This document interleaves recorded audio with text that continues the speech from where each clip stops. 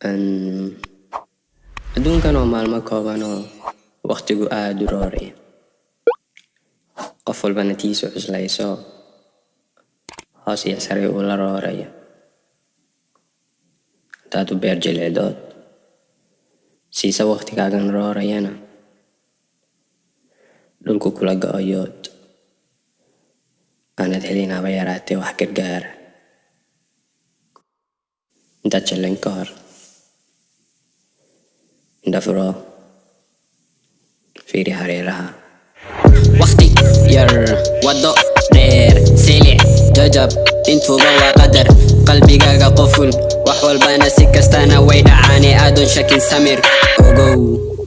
inaad tahay geesi inaad tahay libaax awoodaada kobci sharaftaada fiiri cadowgaaga badan xasadkaaga badan jabkaaga inay rabaan camal male hawl male dalag male shuqul male hami male fikirkoogu macna male hadalkoogu dhadhan male qosolkoogu qurux male la joogoogu macna male xasad weeyo jecel male ka xidh khadka ka jar labta ka bax meesha uma baahni dad halaysan dad wareersan dad wajacsan taada ka raactaasa saxsan ha dhegaysantooda khaldan tilmaamale jidka toosan qasab maaha saxna maaha runna maaha way maseeraan markay arkaan adoo shiidan dabka ku shibul way ku farxaan markaad kuftay jabtee u kaharaga gub kana fiirso intaad cuni laga yaabaa inay tahay sun dad baa jira xun kula raba shar iyo niya jab aanan rabin run lana jifa xasid ka baxsan run weeye dajirana weeye dadanixin weeye oo ku neceb weeye intay qoslaan ku diilana weeye kana fogeyn kula jeeda hostaadana ku jiraan adarkayn shisheeye macadugaaguna qofkaa fog maa hoos bay ku dhigaana dadku rama dad fiican ma dad saxsan ma dad ku dhow maana burkay geystaa ma sahla ma xanuunka keena mid qumama waa xasid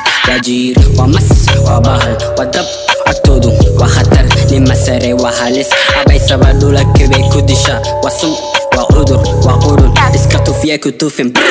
tooda maahe marka hore dhibka male niyowtaada ku cadka wareego taasi arag mala geelsi niman shaqay shax macabuu yidhi abageelji ka fogow niman ku rabin baa la yidhi geelsi kow jeclow intaada wooda waa muhiim kolkooli ubaxan soo baxaye ku hagowsan ku laba